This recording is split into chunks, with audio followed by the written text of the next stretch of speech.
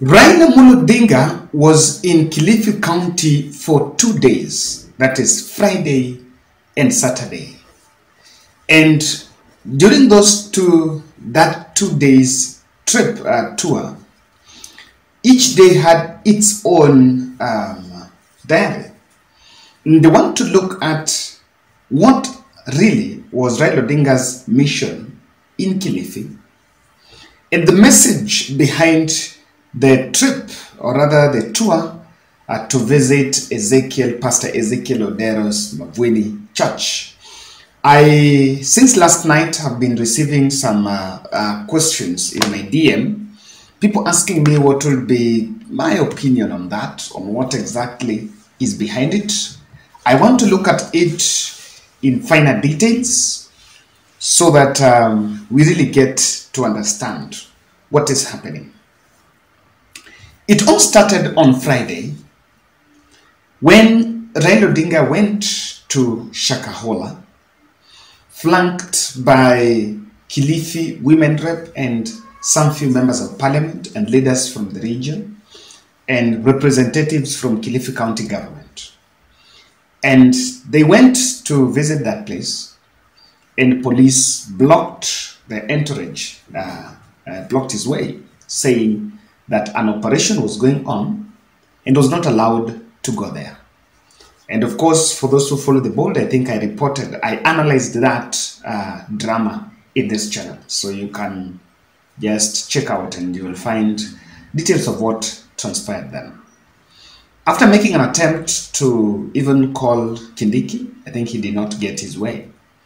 And then he drove around that place and held some political rally by just hosting some few leaders and some few locals there. Then yesterday on Saturday, Raila was still in Kilifi and attended a burial in Chonyi, accompanied by Governor Mungaro. After that, he drove around 4:30 p.m. to Mavweni Church in Pastor Ezekiel Odero's church and visited that place in what really has been eliciting a lot of reactions on what exactly was the mission. But before that, just over the same weekend, before William Ruto flew to UK, he formed a commission of inquiry to do an inquiry on what exactly transpired in Shakahola. And as that was going on, there is also another caucus that has been formed of, I think, religious council to formulate regulations on how the churches can be regulated. Finally, that issue is coming into hold. But then, I got this soundbite from this gentleman saying about, and I've not seen the membership of that commission inquiry. I just know that Judge Jesse Lesit, remember the judge who prisoned Ruth Kamandi, who was saying that it is not cool. Young ladies should know that it is not cool to kill your spouse because of love or something. I just know that the judge who is in charge of it, and she's a very lethal judge, by the way. I covered her stories. Her rulings, she's not a joke. So, there is this point of contention that is coming from Kilifi. And it is about the membership of that commission of inquiry. Them complaining that not a single member has come from Kilifi. Listen to that. Takwambia, Ruto, ukataze Raila asiingie Shakahola, ukubali Kilifi itabaki ni chama cha ODM. Hii nyocheni, unajua hapa mahali tumefikia ni lazima tuambiane ukweli. Kisha kitu chingine ambacho pia kinatusikitisha sisi kama watu wa Kilifi. Maafa yamefanyika Kilifi. Leo wewe rais, hati wewe unaunda tume huko Nairobi, tume ile ya kuchunguza ule uchafu huku. Hakuna mpwani hata moja, hakuna wakilifi hata moja. Umechagulia watu kutoka na, mimi nataka kukwambia, hawa watu ulochagua wewe watabaki huko kwenu, wafanye uchaguzi huko kwenu. Hawafiki Kilifi. Hakuna mahali watafika. Na mimi ninakwambia Ruto, nyinyi mnatufanya wajinga lakini mumefika mwisho. hawafiki, na siku wakifika tutaandamana na tutapambana nao huko huko, wakae Nairobi, wachunguze huko Nairobi, si hapa Kilifi. Bwana, nyinyi mnatuona wajinga, watu wetu wamefariki huku, ati mnakaa wewe na huyo makamu wa rais mwenda wazimu mnakuja. Now, so that tells you some of the complaints that were in that place around that membership. We'll have to look at it. We don't know how it will play out, but we'll have to look at it maybe in future. Then, after that burial, Raila Odinga, flanked by other leaders, drove at around 4:30 to Ezekiel Odero's Mavuni Church. And and when he arrived there, he had some closed-door meeting with the pastor, the host pastor of the area. It was just coming days after Ezekiel Odero was released from the remand. I am one person that I insisted, and my position was clear, that direct linking Ezekiel Odero to the link of Ezekiel Odero to that Shakahola massacre, in my personal view, it was looking a bit malicious, because I think the police really tried to get the connection, and maybe the connection was never found, and just it borders sort of some extortion. But there is also some other point I want you to look at. Who was Ezekiel Odero's lawyer? Huh? Can you think about it? Who was Ezekiel Odero's lawyer? If you look at Ezekiel Odero's legal team, there was Pastor Omari, was the lead counsel, and Mbeta and others.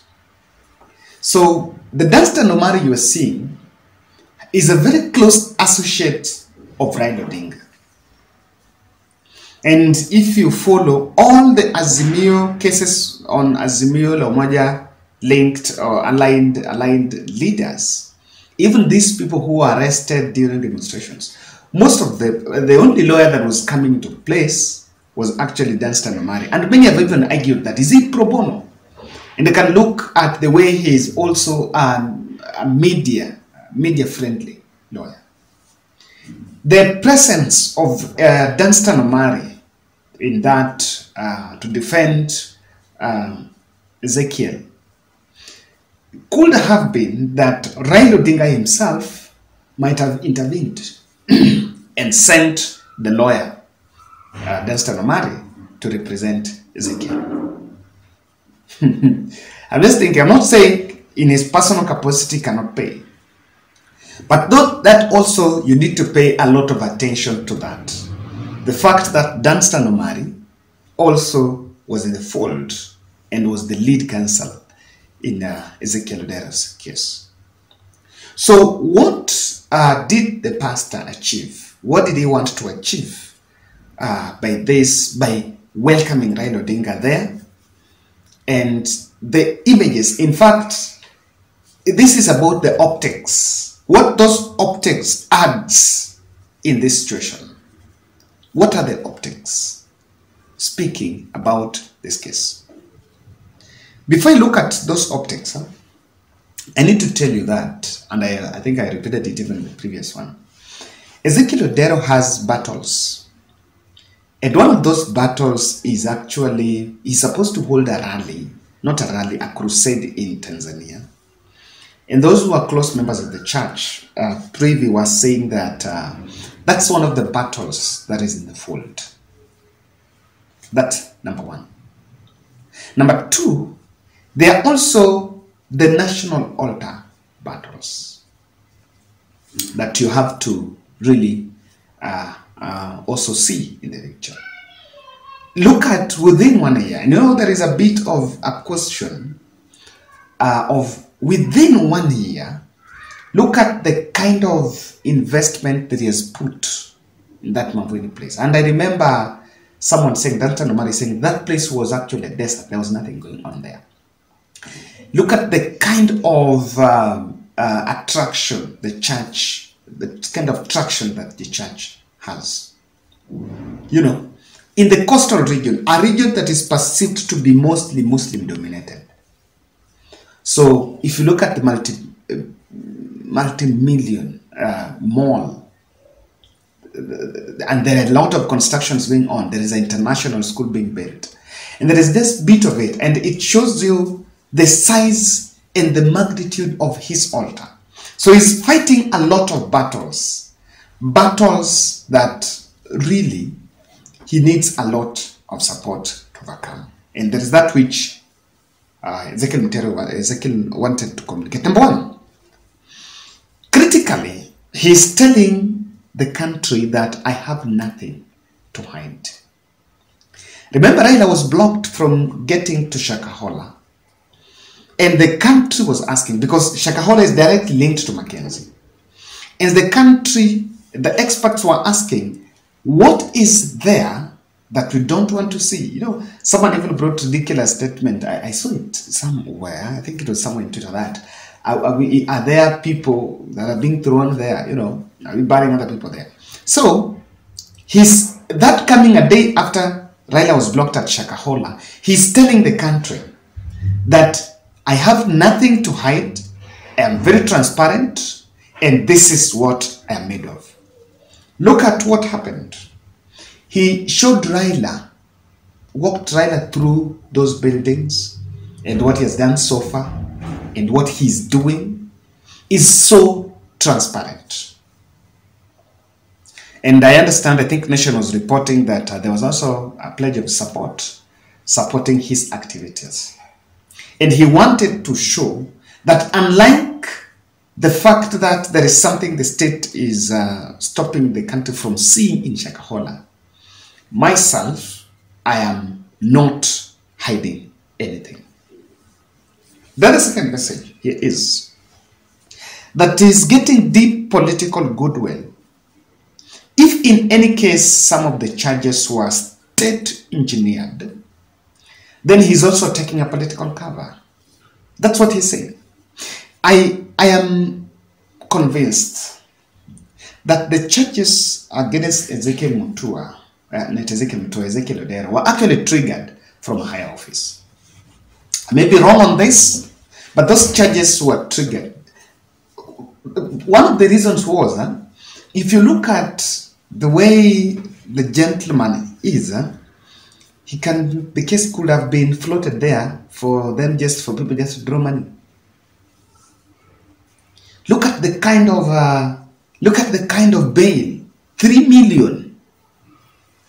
When there is no evidence of someone has been charged, you know, is not even. If you look at the magnitude of the evidence, even the charges, the evidence that the investigation going on, there is no investigation that is really being released, and 3 million, you know. It's because someone so evaluated and saw this guy cannot talk. And I am highly persuaded that this could have been one of those behind the scene deals that is just made and triggered. Let's go after this man and extort. It borders some extortion. And so that's why he even welcomed Raila, because that place has been seen. You know, he's also one leader that has been mixing the political messages with the word. One of the reasons, and I think I should get, there is a clip he was telling Ruto that these people worshiping you will come for you. You need to get that. Asla, rais nisikie, hawakupendi, usipowapa kile wanachotaka, wembe ni ule ule, watakunyoa hao watu. Rais, ulipoenda kwa makanisa yao na ulimtolea Mungu au kuwatolea, walikuimba wewe. Wakikukosa kwa makanisa yao, watakuhubiri wewe. Ubaya wangu ni huo tu. Mimi nitakuambia kweli. Na uzuri wangu ni huo. Si hao waliimba wakasema Rais Kenyatta 5 ngapi? Amtaki kusema nyinyi na sababu nyinyi ndio mliimba. 5 tena. Ruto ikapasuka katikati na wakasema hatukutaki wewe kwenda. So there are those who argued that there was just some revenge mission against him because of previous political messages that he was saying about it. The other thing why Raila was here, this church was closed and it was reopened. So amidst for over the 1 week, actually the state successfully branded that church and profiled that church as a crime scene or as a death space. Remember the discussions or the reports about the state asking why there is a morgue around it?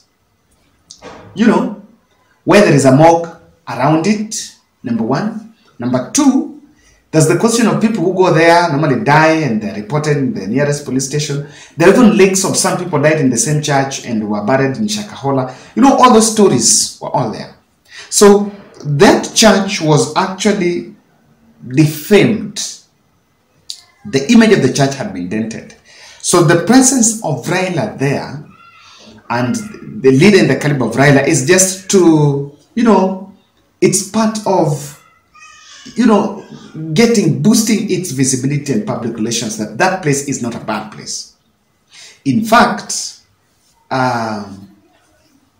someone was just telling me that, Kevin, the intelligence could have deployed Raila in that place also as a way to sanitize even the region and show confidence. That's where Raila was there for 2 days, because for the charges who are bordering terrorism, this can be linked to the same church.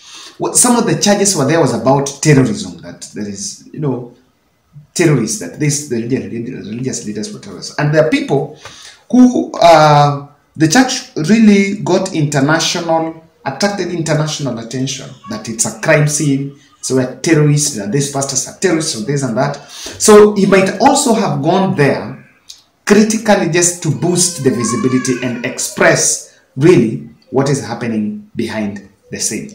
That's my take, and you can also give your feedback on this. Thank you very much for watching.